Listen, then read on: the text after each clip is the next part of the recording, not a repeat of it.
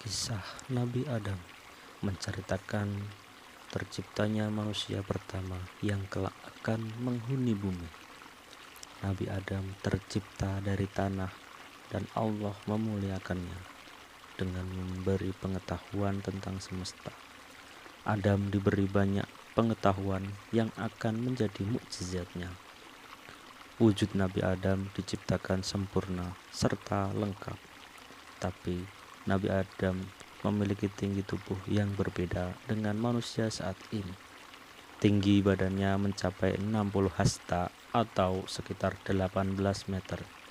Sangat tinggi dibandingkan kondisi tubuh manusia pada umumnya.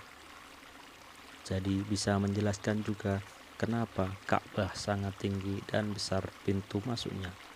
Para nabi setelah Nabi Adam juga pasti memiliki postur tubuh yang hampir mirip. Mukjizat pengetahuan yang dimiliki Nabi Adam diterangkan pula dalam Al-Quran, dan dia mengajarkan kepada Adam nama-nama benda seluruhnya. QS Al-Baqarah ayat 31. Dalam Al-Quran juga diceritakan tentang penciptaan Nabi Adam dan Siti Hawa, tentang bagaimana sampai mereka diturunkan ke bumi dan memiliki anak-anak. Kisah Nabi Adam mengandung banyak pelajaran berharga, terutama tentang nilai ketaatan kepada Yang Maha Kuasa. Mulai dari kisah Nabi Adam dan Siti Hawa di langit hingga kisah mereka di bumi beserta anak-anaknya, nilai ketaatan seorang hamba pada Sang Pencipta banyak berkandung di dalam ceritanya. Asal mula penciptaan Nabi Adam dikisahkan dalam kitab suci Al-Quran bahwa Allah bercakap-cakap dengan malaikat. Allah memberitahu malaikat bahwa akan ada penciptaan makhluk yang dinamai manusia. Manusia akan mengemban tugas sebagai khalifah di bumi. Malaikat protes, tidak setuju dengan hal yang direncanakan. Malaikat yakni kalau manusia hanya akan membawa bencana bagi bumi. Mereka akan membuat kerusakan, permusuhan, juga pertumpahan darah. Malaikat merasa keberadaan dirinya saja sudah lebih cukup sebagai ciptaan Allah, karena mereka senantiasa bertasbih, memuji, dan mengagumi Allah. Allah berfirman bahwa Dia mengetahui apa-apa yang tidak diketahui oleh malaikat. Seperti kita ketahui, manusia itu tercipta dan saripati tanah. Demikian juga yang diceritakan dalam Al-Quran surat As-Sajdah ayat 7-9 yang memperindah segala sesuatu yang diciptakan dan yang memulai penciptaan manusia dari tanah. Kemudian Dia menjadikan keturunannya dari saripati air yang hina, air mani. Kemudian Dia menyempurnakannya dan meniupkan roh ciptaannya ke dalam tubuhnya, dan Dia menjadikan pendengarannya, penglihatan, dan hati bagimu. Tetapi sedikit sekali kamu bersyukur. Quran surat As-Sajdah ayat 7-9. Surat ini menceritakan bahwa Allah mengetahui hal yang gaib dan nyata. Dia menciptakan wujud sempurna manusia dari tanah. Dia juga menciptakan keturunan manusia dari air mani. Kemudian ditiupkan roh untuk menghidupkan. Dia juga yang menciptakan pendengaran, penglihatan, dan hati. Setelah Nabi Adam diciptakan, Allah memberi perintah pada malaikat dan iblis untuk bersujud padanya. Walaupun para malaikat diciptakan dari cahaya, mereka taat pada perintah Allah. Para malaikat kemudian bersujud pada Nabi Adam. Lain halnya dengan iblis. Ia merasa derajatnya lebih tinggi dari Nabi Adam dan menolak untuk bersujud. Iblis memang diciptakan dari api, untuk sebabnya ia tidak mau bersujud pada Adam. Adam yang diciptakan dari tanah dianggap lebih hina. kemuliaannya oleh iblis. Surat Al-Baqarah ayat 34 menjelaskan hal ini. Sujudlah kamu kepada Adam, maka sujudlah mereka kecuali iblis. Ia enggan dan takabur, dan ia termasuk golongan orang-orang yang kafir. Kelancangan iblis membangkang membuat Allah sangat murka. Iblis telah didurhaka dan hukumannya adalah keluar dari surga. Iblis yang sombong bukannya bertobat dengan hukuman yang diberikan, ia malah mengeluarkan sumpah akan menggoda Nabi Adam dan keturunannya agar sesat. Iblis ingin manusia menemani dirinya di neraka. Nabi Adam dianugerahi usia yang panjang oleh Allah. Banyak diriwayat yang menceritakan bahwa Nabi Adam diberi usia hingga 1000 tahun. Namun dalam hadits yang diriwayatkan Abu Hurairah diceritakan kalau Nabi Adam pernah memberikan umurnya sejumlah 40 tahun untuk Nabi Daud. Pada saat itu Nabi Adam kagum dengan cahaya yang berkilau di antara matanya. Kemudian ia bertanya pada Allah tentang manusia itu. Allah menjawab bahwa manusia itu salah satu keturunan Adam, umat akhir zaman. Adam bertanya mengenai umur Daud, dan Allah menjawab bahwa dia memberikan 60 tahun padanya. Nabi Adam lalu meminta Allah untuk menambahkan 40 tahun umur Daud yang dikurangi dari umurnya. Nabi Adam dan Siti Hawa turun ke bumi. Nabi Adam memiliki segalanya di surga. Adam bisa mengambil dan menikmati apa saja yang ada di dalamnya. Walaupun begitu, Adam merasa kesepian. Kodratnya sebagai manusia yang butuh ada manusia lain muncul. Adam menginginkan teman untuk menemani hari-harinya. Mengetahui Adam yang kesepian, Allah akhirnya menciptakan Hawa. Hawa diciptakan dari tulang rusuk Nabi Adam ketika sedang tidur. Nabi sangat senang dengan kehadiran Hawa. Hasratnya sebagai manusia yang butuh pasangan jadi terjawab. Allah mengizinkan Adam dan Hawa untuk menikmati apa saja yang ada di dalam surga, terkecuali pohon kuldi. Allah berfirman, "Wahai Adam, tinggallah engkau dan istrimu di surga ini, dan makanlah makanan-makanan yang banyak lagi baik di mana saja yang kamu sukai. Dan janganlah kamu mendekati pohon ini yang menyebabkan kamu termasuk orang-orang yang zalim." Pohon khuldi adalah pohon pengetahuan hal yang baik dan jahat. Ada maksud tertentu dari larangan yang Allah berikan pada Adam dan Hawa. Mengetahui larangan Allah, setan memanfaatkan hal ini untuk menggoda keimanan Adam dan Hawa. Sesuai dengan tekadnya untuk menggoda manusia sepanjang masa, setan kemudian terbisik pada Adam dan Hawa tentang keistimewaan pohon kuldi. Kisah ini tertulis di Al-Quran surah Toha ayat 120. Wahai Adam, maukah aku tunjukkan kepadamu pohon keabadian kuldi dan kerajaan yang tidak akan binasa? Demikian iblis membujuk mereka. Kuldi sendiri merupakan nama pemberian iblis.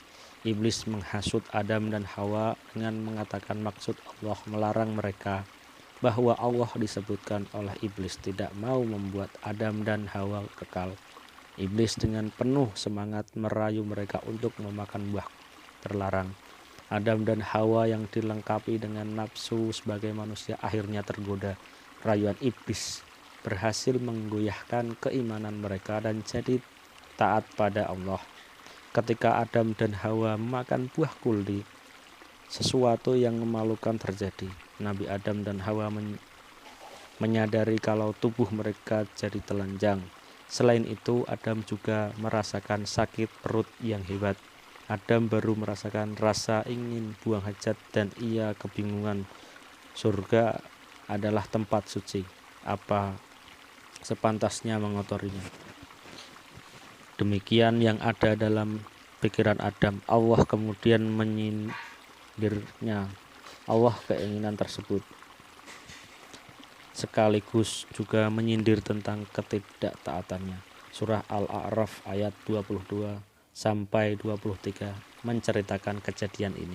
Dalam surat ini Allah mengingatkan akan larangannya pada Adam, juga mengingatkan Adam akan peringatannya tentang kebusukan setan. Adam kemudian memohon ampun dan bertaubat pada Allah. Diceritakan Hawa digoda iblis dalam wujudnya yang berupa ular, namun tidak dijelaskan siapa dahulu yang memakan buah terlarang itu. Ada yang meyakini kuldi adalah buah pohon apel yang diambil dari bumi. Karena itu kuldi disebut memiliki sifat bumi atau tanah, yaitu sifat dasar tanah. Tanah disebut sebagai tempat yang pantas untuk membuang kotoran. Buah kuldi bisa membangkitkan hawa nafsu dan membuat lupa diri. Allah melarang Adam memakan buahnya karena bisa membuat dirinya jadi kotor. Kotor dalam artian nafsunya ternoda dan mempengaruhi sifat dasar manusia yang penuh dengan ketidakpuasan. Bisa dikatakan pohon kuldi diciptakan sebagai cobaan bagi Adam dan Hawa, ujian dari ketaatan seorang hamba pada penciptanya. Namun terlepas dari itu semua, Allah memang menakdirkan manusia untuk turun ke bumi dan menjadikan pemimpin di tempat itu. Manusia diciptakan bukan dengan maksud untuk pemimpin di surga. Meskipun Adam dan Hawa telah bertaubat, Allah tetap memberikan hukuman pada mereka dengan turun ke bumi. Turunlah kalian dari surga menuju bumi, dan kalian akan menjadi musuh satu sama lain. Kalian akan memiliki tempat tinggal di bumi sampai batas waktu tertentu. Quran Surat Al-A'raf ayat 24 sampai 25. Nabi Adam dan Hawa tidak diturunkan pada tempat yang sama. Nabi Adam diturunkan di puncak Bukit Sri di daerah Sri Lanka, sedangkan Hawa diturunkan di daerah Arab. Mereka berdua bingung dan sedih karena diturunkan terpisah. Namun Adam dan Hawa yakin satu sama lainnya akan saling bertemu lagi. Lalu setelah 40 hari mereka pun dipertemukan kembali oleh Allah di Jabal Rahmah. Nabi Adam dan Hawa memulai kehidupan baru sebagai manusia biasa. Diceritakan mereka diturunkan ke bumi dengan membawa dosa atau ketidaktaatannya di surga. Disebut pula Allah menghukum Adam akan bersusah payah untuk mencari nafkah. Hawa dihukum akan merasakan sakit pada saat melahirkan anak-anak. Sedangkan ular yang menggoda mereka dihukum berjalan dengan perut selamanya di bumi. Dosa yang pada akhirnya menjadi takdir bagi manusia kaum laki-laki dengan kewajiban menafkahi dan kaum wanita berkewajiban mengurus anak-anaknya. Adam dan Hawa kemudian belajar bercocok tanam, juga cara bertahan hidup di bumi. Mereka juga melahirkan anak-anaknya. Allah memperlihatkan kuasanya dengan memberi mereka anak sepasang. Setiap Hawa mengandung pasti melahirkan anak kembar. Peristiwa Nabi Adam dan Hawa yang melanggar perintah Allah membuktikan sesuatu bahwa tidak ada yang akan didapat dari ketidaktaatan pada Allah selain dari keburukan. Hal ini sekaligus menjadi pengingat bagi kita umat manusia di seluruh muka bumi. Kisah kehidupan Nabi Adam dan Hawa di bumi. Ada cerita menarik dari peristiwa turunnya Nabi Adam dan Hawa ke bumi. Diceritakan mereka turun ke bumi dengan memakai dedaunan untuk menutupi tubuhnya. Ketika berada di bumi, dedaunan itu jadi kering dan kemudian rontok. Dipercaya segala wewangian yang tercium di Hindia berasal dari daun-daun tersebut. Adam dan Hawa menjalani kehidupan sebagai manusia biasa. Setelah bertemu, Allah kemudian memberikan 8 pasang lembu, 2 pasang kambing, dan 2 pasang domba pada keduanya. Allah mengajarkan pada mereka untuk memerah susu hewan-hewan itu. Susu tersebut kemudian bisa mereka minum. Allah juga memberi perintah pada Adam untuk menggunakan bulu-bulu hewan untuk sebagai pakaian. Adam dan Hawa sadar kenikmatan dunia sudah tidak ada lagi. Mereka pun menangis sedih. Dari air mata mereka tumbuhlah kacang tanah dan kacang hijau. Adam lalu menyadari kesulitannya untuk mengetahui waktu-waktu beribadah. Ia lalu mengadu pada Allah tentang masalahnya. Allah kemudian memberi seekor ayam putih sebesar unta dari surga. Ketika para malaikat di surga bertasbih, ayam putih itu ikut bertasbih, berkokok di bumi. Berkat ayam putih itu Adam jadi mengetahui waktu-waktu beribadah di bumi. Untuk melindungi mereka dari panas dan dingin, Adam lalu menebang pohon-pohon kayunya ia paku untuk membangun rumah. Adam juga membuat sumur untuk mengambil air. Allah kemudian menurunkan 21 lampiran tentang hukum haram dan halal, memakan daging binatang tertentu. Kemudian diturunkan pula 29 huruf hijaiyah dan manusia tidak dapat mengurangi atau menambah hurufnya. Ketentuan Allah ini sangat jelas dan tidak ada yang bisa mengubahnya. Adam lalu belajar huruf-huruf itu untuk bisa membaca lampiran yang diturunkan Allah. Hawa kemudian merasakan proses mengandung. Ia terkejut ketika janin dalam perutnya bergerak-gerak. Hawa tidak yakin dari mana tempatnya yang bergerak di perutnya itu akan keluar. Ketika waktu melahirkan tiba, Hawa merasakan proses sakitnya. Hawa melahirkan anak kembar, Habil dan Layutsa. Waktu mengandung anak yang kedua pun tiba. Hawa melahirkan anak kembar, Kobil dan Iklima, sepasang anak laki-laki dan perempuan selalu dilahirkan olehnya. Diceritakan Hawa melahirkan dan mengandung sejumlah 20 bilangan. Setiap melahirkan pasti sepasang laki-laki dan perempuan. Diceritakan juga anak yang dikandung Hawa sebanyak 200 orang. Semua dilahirkan kembar kecuali Syeds yang memiliki Nur Mustafa Sallallahu Alaihi Wasallam di keningnya. Dikisahkan juga anak cucu Nabi Adam bertambah terus hingga 40.000 orang laki-laki dan perempuan. Pada saat anak cucu Adam berkembang, banyak terjadilah pertengkaran dan pertikaian, maka Allah memberinya tongkat dari surga untuk mendidik mereka yang membangkang. Sekian kisah yang dapat diceritakan. Wallahu a'lam bishawab.